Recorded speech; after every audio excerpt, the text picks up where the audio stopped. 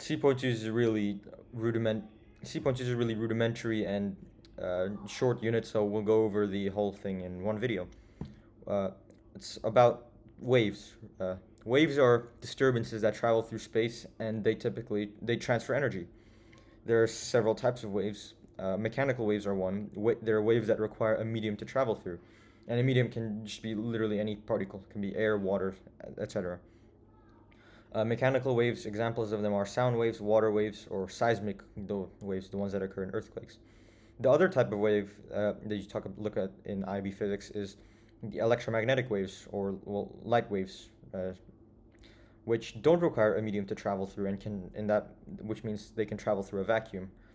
More on that later. You should know the constant, the speed of light in a vacuum, c, which is equal to 3 times 10 to the power of 8 meters per second. That's just the speed of light that you'll use constantly. It's in the data booklet. Another property of waves that you should learn from the start is wavelengths, or written as lambda. And it's just the distance between two identical points at a wave, which means that they have a phase difference of 2 pi. So it can be, for example, the distance between two adjacent peaks, or two adjacent troughs, or points of amplitude, or points of zero displacement. And that's just the distance between them is the wavelength. You have different types more. Waves can be either transverse or longitudinal. And transverse waves are waves that are two-dimensional in that the direction of oscillation is perpendicular to the direction of energy transfer. And that's how waves move. Waves move by oscillating. They transfer energy through oscillations.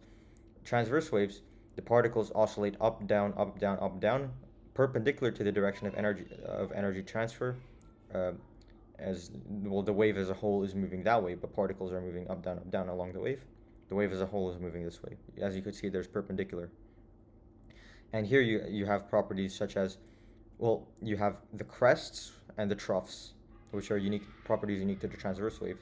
Then you have longitudinal waves, which are waves where the direction of amplitude is parallel to the direction of energy transfer, which means they're one-dimensional.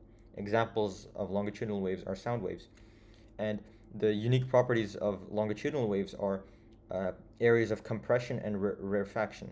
And compression is just when there's large density there's a large amount of density. The particles are densely packed along the wave. And rarefaction is the opposite. There's very little density, as you can see here.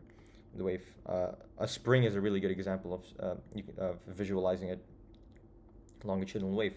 But as you can see here, they oscillate here. Particles oscillate along here as the wave as a whole moves that way as well. And as you can see, both properties have wavelength. The wavelength in a longitudinal wave is the distance between it can be distance between two adjacent points of compression or rarefaction, whereas in transverse waves it can be distance between adjacent crests or troughs. Then you have the equation that really will be ubiquitous throughout the whole IB physics unit, which is V equals F lambda. And well, V equals F lambda, velocity of the wave is equal to the frequency multiplied by the wavelength. And because frequency is the reciprocal, or equals to 1 over period, 1 over t, it can also be written as lambda over t. So that's the formula. And it's just an extension of velocity equals distance divided by time, because lambda can be the distance and period is the time, and because lambda is the distance between two points in a wave that are adjacent points at a wave that are separated by a phase difference of 2 pi, and t is the period, the time taken to travel to 2 pi. It's just velocity equals distance over time. And that means that if there's a change to the in wave velocity, then one of either frequency or wavelength has to have been changed. Now, back to the electromagnetic waves, because the velocity v equals the speed of light, c, or 3 times 10 to the power of 8, you can express it as c equals f lambda. And typically, c will remain constant, so either you'll have to calculate frequencies, or if frequency changes, then I mean that lambda would have to change, and vice versa, because c will typically remain constant. At least, it doesn't actually, because of different properties, such as if it's traveling through a medium, the speed will slow down. But for the sake of IB physics, you can always assume that c remains constant. And the speed of sound, could keep this in mind, it pops up sometimes, is approximately 340 meters per second. And then graphing the waves, you have displacement time graphs and displacement distance graphs. displacement time graphs, you can calculate the period from displacement time graphs, because as you can see here, this is 2 pi oscillations. So that's the time taken to do 2 pi to do one full oscillation, sorry, or to cover 2 pi radians worth of is angular distance, or is equal to the period here. And displacement distance graphs, or for the simplicity just call them distance graphs. They graph the displacement of how the particles move along the waves, along with the distance traveled by the wave as a whole. And from here you can find the wavelength, because that's just the distance separating two adjacent crests or troughs or equilibrium positions.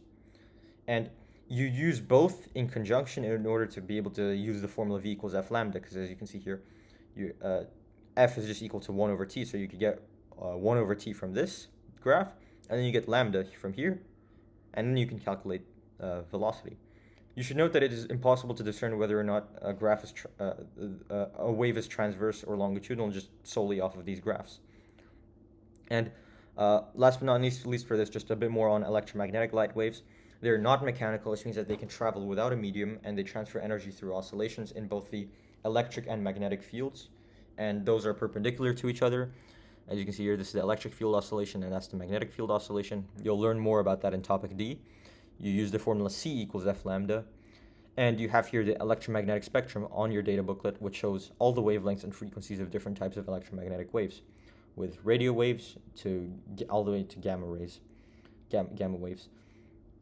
Their wavelengths are here, and you can calculate the frequency subsequently.